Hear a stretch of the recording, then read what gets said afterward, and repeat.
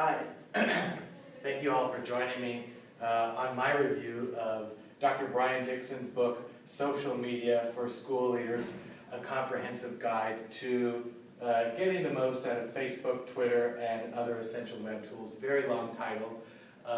It does say comprehensive in the subtitle of this book, and I really do agree with that, and I will elaborate on that later in the presentation. But first of all, let me introduce you to my presentation materials.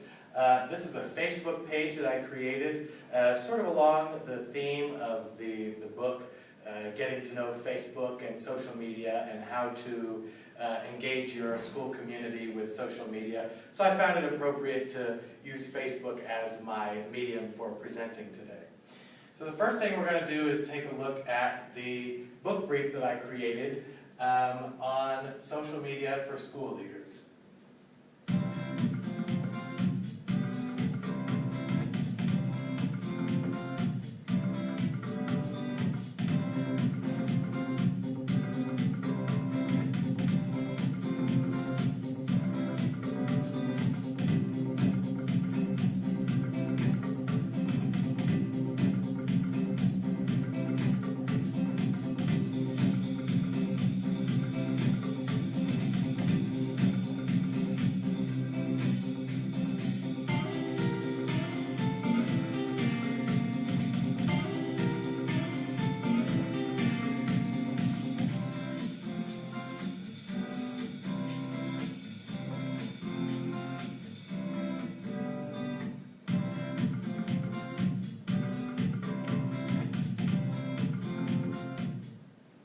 As you can see, I used rawshorts.com to create this. I really wanted to use something different than Powtoon because everybody was using Powtoon, so I really chose the tool just for trying something different. And it had kind of a steep learning curve, but that's not what this presentation is about. We'll talk about that at a later date. So let's turn our attention to this Facebook page here. What I've done is I've made a bunch of different posts about the book and different aspects of the book. So we're going to go all the way to the beginning. I founded this Facebook page on November 16th, 2014. And the first post I made was, if you want to learn more about using social media as a communication tool for you and your school, and if you want to engage your school community and you want to get to know more about social media sites and how to use them in your school, you should check out this book by Dr. Brian J. Dixon. A little bit about the author. He is the founder of an academy in Louisiana, I believe, the Mentorship Academy, and he's been teaching for over 10 years, and he has a degree in educational technology, a master's degree.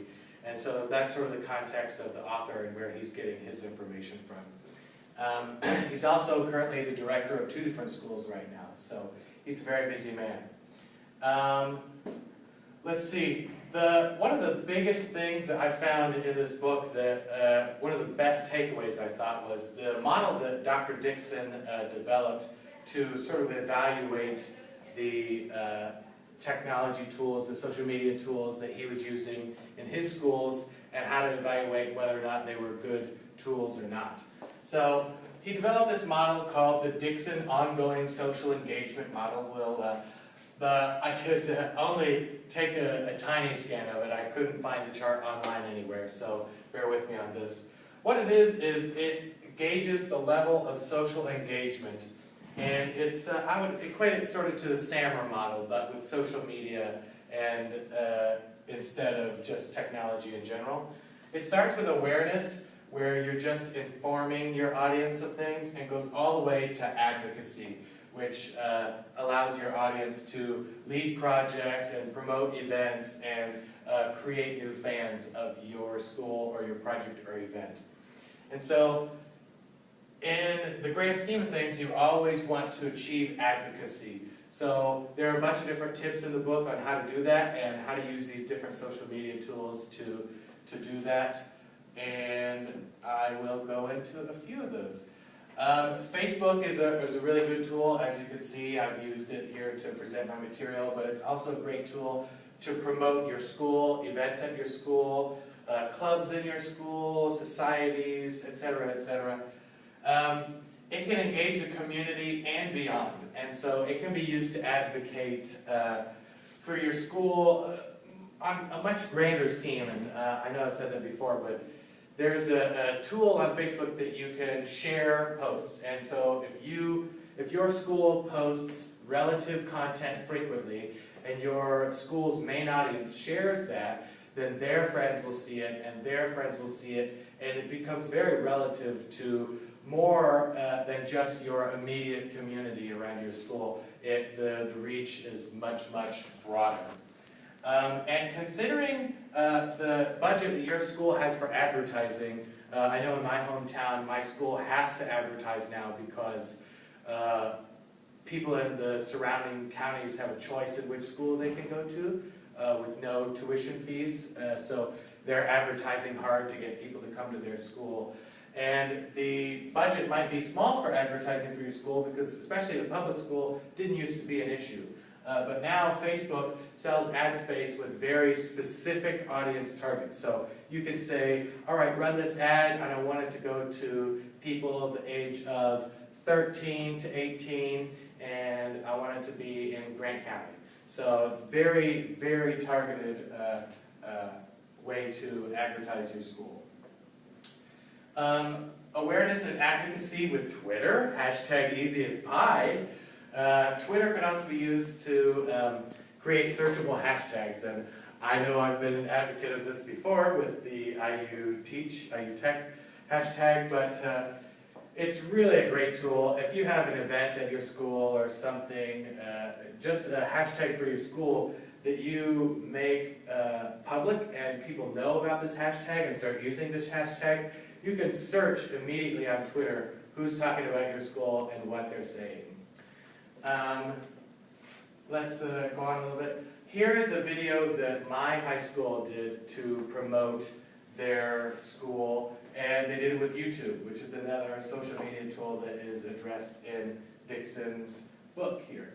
When you have a giant vision with giant educators and giant students and giant teamwork and giant strength and giant spirit and giant discipline and giant speed and giant sound and giant tradition and giant alumni. It's those qualities that make for a giant successful family. Have your giant dreams. Turn into a giant success. Be a giant. A Marion giant. So that is an example, albeit maybe cheesy example of how to use YouTube as a social media tool to promote your school. And it's probably underused for schools, but will increasingly become a more popular tool. I know in a lot of schools, Facebook, Twitter, and YouTube are all blocked, but let's advocate against that because they're such great tools. A few other things, student portfolios, having each of your students create an online portfolio of work that they've done through the high school, etc., etc. I mean, I've made a bunch of posts on this Facebook page for you guys to take a look at. All in all, I really liked the book. I know I mentioned in the subtitle it said comprehensive. It really is comprehensive. As much as I thought I knew about Facebook, Twitter, YouTube, email, newsletters, simple things that we sort of take for granted, I learned more about each of those individual topics by exploring the model that Dixon created and looking at some of the examples that he provided in his book. There are also a lot more social media tools that I mentioned, and so it really is a fantastic book for anybody who knows about and wants to know more about, or knows nothing about social media tools and how to use them in your school, because it is so comprehensive. and it is a guide that you can skip through. I know he mentioned in the introduction to please read cover to cover so that you don't miss anything, but the book is set up so that you can use it as a guide to go chapter to chapter to use as you might need it. But his encouragement in the introduction is what made me read through the entire thing. I know that I probably should have anyway, but I did, and because of his encouragement and an introduction. So, I would recommend the book to anybody who wants to know anything about social media and how to engage your school community using social media. Does anybody have any questions? My question would be, if your school were to set up some sort of social media site, who would be in charge of doing the posts? Would it be available for all of the teachers to post? Would you have one person in charge of it and teachers would submit? Would it be available for students to post? This is a very good question, and I don't 100% know the answer. This particular book is directed to school leaders. So I would imagine something like the YouTube video would be the responsibility of the person who does marketing for your school.